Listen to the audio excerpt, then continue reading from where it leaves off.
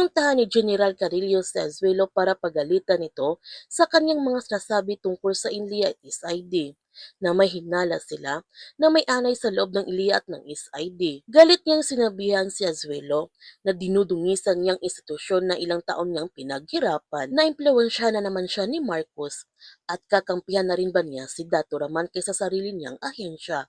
Pati si Villanueva, napapaimbestiga na rin. Hindi niya akalain na maniniwala siya sa mga walang basihan nila na akusasyon. Alam ba niya na kahit yung appointment niya bilang general, nanganganib dahil sa mga pinagagawa niya. Iniisip ba talaga niya na hindi siya kukonsultahin kung karapat-dapat nga siya na bilang isang general? Anong gusto niyang sabihin sa kanila? Nahihibang na ba siya na kahit yung sarili niyang mga kabaro, inaaway niya? Sinabihan ni Azuelo si General Carillo kung alam niya na may maling nangyayari sa kanyang paligid at piliin niyang manahimik, mas hindi siya karapat-dapat na tawaging general.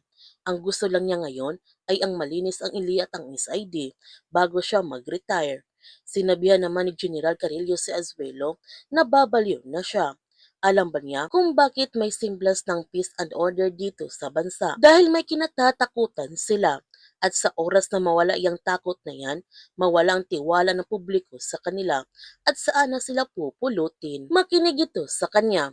Pag-isipan niyang mabuti ang kanyang pinaggagawa niya at umalis na nito si General Carillo. Ibinigay naman ni Idris kay Jalil ang kris ni Apo Sali at naalala naman ni Jalil na si Apo Sali ang nagtuturo sa kanya noon kung paano makikipaglaban upang darating ang panahon siya nang magliligtas sa kanilang isla. Hinanap talaga ni Idris ang Chris pagkatapos makaalis ang Task Force Alpha.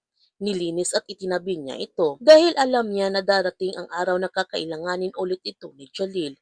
Ngunit hindi tinanggap ni Jalil ang Chris ni Apo Sali dahil si Idris ang karapat-dapat nito sapagkat lolo niya si Apo Sali. Sinabihan naman ni Idris si Jalil na siya ang pinakamagaling na estudyante ni Apo. Siya din ang nagligtas sa kanilang isla, kaya nararapat lang na sa kanya ito mapunta. At alam niya na walang pamamanahan si Apo na Chris kundi siya dahil alam ni Apo na gagamitin din niya ito sa tama. Naalala naman ni Jalil kung paano namatay si Apo, kaya tinanggap na nga niya ang Chris para ipaghiganti niya ito. Gayunpaman, kinumbinsi talaga ni Mustafa si Dato Raman na sabihin nito sa kanya ang kanyang nalalaman tungkol sa mga sindikato dahil ang seguridad ng bansa ay nakasalalay sa kanyang mga kamay. Nakasalalay din ang kanyang seguridad nito sa kanyang mga pamilya at ang kanyang mga anak. Sinabihan ni Dato Raman si Mustafa na itong sasabihin niya sa kanya ay sana niyang makarating sa kanyang mga anak. Matagal niya itong inilihim sa kanyang mga anak. Sa kanya lang niya ito sasabihin at dito na nga sinabi ni Dato Raman kay Mustafa ang tungkol sa kanyang nakaraan. Sinabi na nga niya kay Mustafa ang totoo niyang pangalan na siya si Hassan Wadi. Tauhan siya ni Colonel Napoleon Marcelino.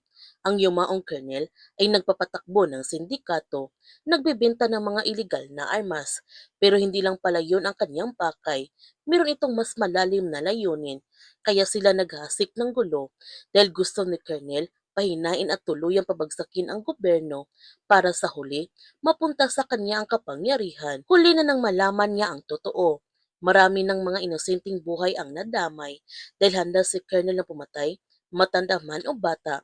Matupad lang ang plano ni Colonel. At si Colonel Napoleon pala ang dahilan kung bakit namatay ang mga magulang ni Lara sa medical mission noon at napagbintangan pa nito ang mga rebelding Muslim. Sinubukan ni Dato Raman na pigilan si Colonel pero wala na siyang magawa.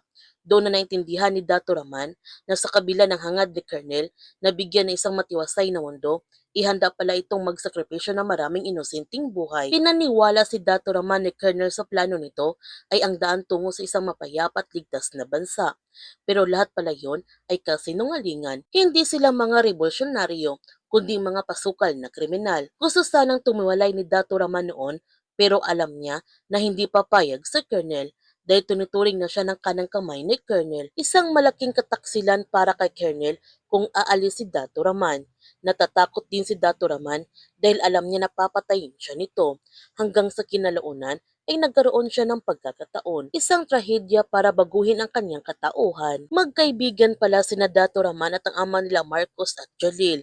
Hinabili ni Victor kay Hassan ang kaligtasan ng kanyang mag-iina at namatay nga nito si Victor dahil sa nangyaring pagsabog ng barko noon at sinisi ni Dato Raman ang kanyang sarili sa pagkamatay ng kanyang mga kababaryo dahil natuntun nga siya nito ng mga sindikato. Nagtataka naman sina Dato Raman at Mustafa kung sinong nasa likod nito dahil patay na nga si Colonel Napoleon. Manganganib naman ang buhay ni Kyle dahil sa gulong nangyari sa kanyang paaralan dahil pinagbabaril ni Mickey ang nagbubuli sa kanya at wala na ito sa kanyang katinuan.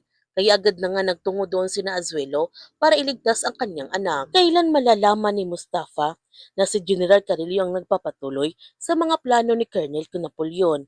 Yan ang ating abangan sa kapanapanabik na mga tagpo sa The Blood versus Duty.